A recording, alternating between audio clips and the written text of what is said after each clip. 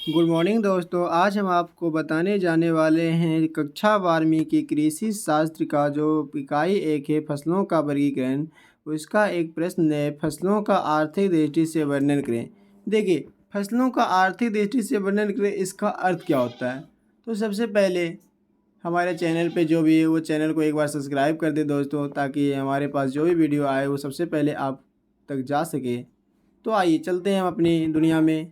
तो फसलों का वर्गीकरण में आर्थिक दृष्टि से क्या, तो वैसा फसल जिससे किसान आर्थिक के रूप में उगाते हैं, ना कि जीविकोपार्जन के लिए। तो देखिए वही कहता है फसलों का आर्थिक दृष्टि से, है ना, यहाँ पे है ना, फसलों का आर्थिक दृष्टि से वर्णन करते हुए यह बताया गया है कि इसे शस्य वर्गीकरण भी कहा जाता है। किसान इस प्रकार के फसल को मुनाफा अर्जित करने के लिए उगाते हैं, जिनके आधार पर फसलों को निम्न प्रकार से विभाजित किया गया है। देखिए इसका अर्थ क्या हुआ, गौर समझिए। वो कहना चाहते हैं कि फसल को जो है से इसके बारे में वर्णन करते हुए यह कहते हैं कि इस वर्ग को शस्य वर्गीकरण भी कहा जाता है। इसमें जो है सो किसान फसल को उगाते हैं तो वो केवल मुनाफा अर्जित करने के लिए उगाते हैं, ना कि जीविकोपार्जन के लिए, यानी वो इससे पैसा कमाने के लिए उगाते हैं। उसी में देखिए इसमें कहता है कि निम्न आधार पर इसका वर्गीकरण किया गया है। तो सबसे पहला क्या है, अनाज की फसलें या धान फसलें, जिसे हम सीरियल क्रॉप्स कहते हैं। देखिए कहता है इस वर्ग में आने वाले फसलों के दाने को अनाज के रूप में खाया जाता है और इसका वानस्पतिक अंग यानी तना और पत्ता पशुओं को खिलाया जाता है। इसके अंतर्गत आने वाले फसल धान, गेहूँ, जौ, मक्का, कुछ ज्वार, छोटी मिलेट्स इत्यादि। यानी समझिए इसे क्या कहता है कि इस वर्ग में जो फसल आते हैं ना, उसके दाने को हम अनाज के रूप में खाते हैं। यानी उसके दाने होता है ना, जैसे मान लिया चावल, चावल क्या है, चावल में आता है नेवारी आता है तो उसका दाने हो जाता है, तो उसके दाने आ जाते हैं। चावल में नेवारी आ जाता है तो उसके दाने, धान का दाने, गेहूँ, ये सब दाने को हम अनाज के रूप में खाते हैं। और इसके वानस्पतिक अंग यानी कि हो गया जो पत्ता, तना, ये सब क्या करते हैं, हम जानवरों को खिला देते हैं। इसी के अंतर्गत कुछ फसलें आते हैं जो है ना, धान, गेहूँ, जौ, मक्का है, यही सब है। अब देखिए इसी में अब कौन सा आता है फसल, देखिए गौर से। कहता है दलहनी फसलें। दलहनी फसलें भाई न स्पष्ट हो रहा है, पल्सेस क्रॉप्स। देखिए सुनने के बाद ये स्पष्ट हो रहा है दलहनी यानी दाल। तो देखिए क्या कहता है इस वर्ग में आने वाले फसलों के दाने एवं बीज को प्रोटीन का मुख्य स्रोत माना जाता है और इसे दाल के रूप में खाया जाता है, इसलिए इन्हें दलहनी फसलें के नाम से जाने जाते हैं।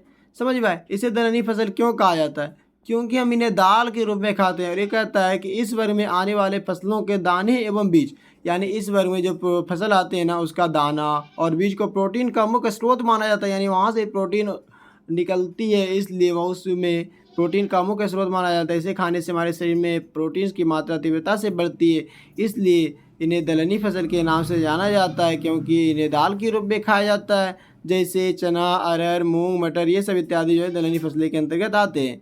तीसरा नंबर पे तेलहनी फसलें। तेलहन फसल देखिए क्या है, कहता है इस वर्ग में आने वाले फसल के दाने एवं बीज को तेल का मुख्य स्रोत माना जाता है। भाई समझिए, कहता है इसमें अभी देखो, पहले तो हमने पढ़ा था दाल का मुख्य स्रोत, अब इसमें क्या कहता है तेल का मुख्य स्रोत माना जाता है। यानी तेल का जब मुख्य स्रोत माना जाता है तो क्या, कि इससे तेल निकलती है। जब तेल निकलती है तभी ना ऐसे, इसलिए तेल निकलती है, तो इसका अर्थ हुआ कि इससे तेल का मुख्य स्रोत माना जाता है। तो इसलिए जब इससे तेल निकलती है तो इसे तेलहन फसलें के नाम से जाना जाता है। देखिए इसके अंतर्गत कौन कौन सी फसलें आती हैं, तीसी, कुसुम, सोयाबीन, तिल, अंडी, और आप लीजिए सूर्यमुखी हो गया, सरसों हो गया, ये सभी इसके फसल के अंतर्गत आते हैं। चौथे नंबर पे रेशे वाली फसलें। देखिए क्या कहता है इसमें, फाइबर क्रॉप्स। इस वर्ग की फसल को जीवन उपयोगी वस्तुएं जैसे कपड़ा, रस्सा, बोरा, टाट, रेशा इत्यादि बनाए जाते हैं। गौर समझिए, जीवन उपयोगी वस्तु यानी हमारे जीवन में आने वाले उपयोग को इस फसल से बनाया जाता है। जैसे कपड़ा, भाई हम कपड़ा पहनते, बिना कपड़ा का तो कोई इज्जत नहीं। रस्सा, बोरा, टाट, रेशा, ये सब बनाया जाता है। कहता है यदि आर्थिक दृष्टि से देखा जाए तो यह फसल अहम भूमिका निभाती है। अहम भूमिका निभाती है, यानी आर्थिक दृष्टि से देखा जाए तो आर्थिक दृष्टि में इसका अर्थ क्या हुआ कि यह फसल हमें मुनाफे में बहुत ही अर्जित है, मुनाफा हमें इस फसल से बहुत ही ज़्यादा मिलती है। इसके अंतर्गत जूट, पटसन, सनई प्रमुख है। देखिए अब क्या कहता है चारे की फसलें। तो चारे की जो फसलें हैं ना, इस प्रकार के फसल को केवल चारा प्राप्त करने के लिए ही उगाया जाता है, यानी इसे हम अपने खाने के लिए नहीं बल्कि पशुओं को खिलाने के लिए ही उगाते हैं। भले इसे बेचते हैं हम उगा करके, लेकिन हाँ, इससे जो कि आर्थिक महत्व में विशेष भूमिका निभाती है। वही कहता है कि चारा पशुओं को खिलाने के लिए उगाते हैं और उसे बेचते हैं, तो पशु पालने वाला इसे खरीदता है। समझ गए ना। देखिए इसमें और क्या है, निभाती है। इनका प्रयोग हरा और सूखा चारा के रूप में भी किया जाता है। ओके, हरा और सूखा चारा क्या होता है? तो वह होता है ना, जिससे हम निवारी भी खा लेते हैं, कुट्टी भी खा लेते हैं, घास भी खा लेते हैं। कुट्टी क्या हो? सूखा चारा, और घास हो गया हरा चारा। जैसे बाजरा, कुल्थी, ग्वार, मक्का, बरसिम, नेपियर। देखिए अब मक्का को हम मक्का का पत्ता नहीं खाते हैं। अब देखिए दूसरा शर्करा की फसलें।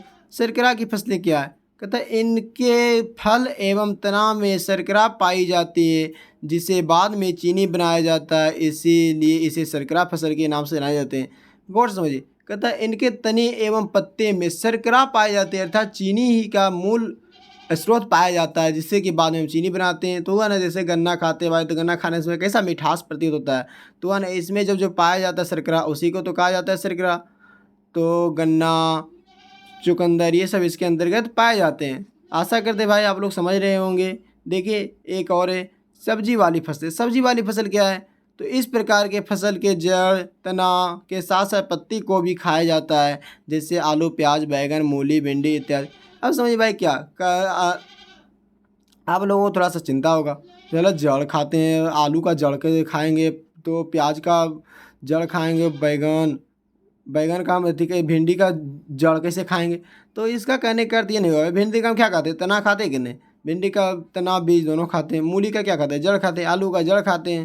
देखिए भाई और भी इनके सारे बहुत ही उत्तेजक फसलें हैं, मसाले वाली फसलें हैं, औषधि फसलें हैं, लेकिन इन सबको पढ़ के क्या करेंगे? एग्जाम में तो ज़्यादा पूछेंगे नहीं।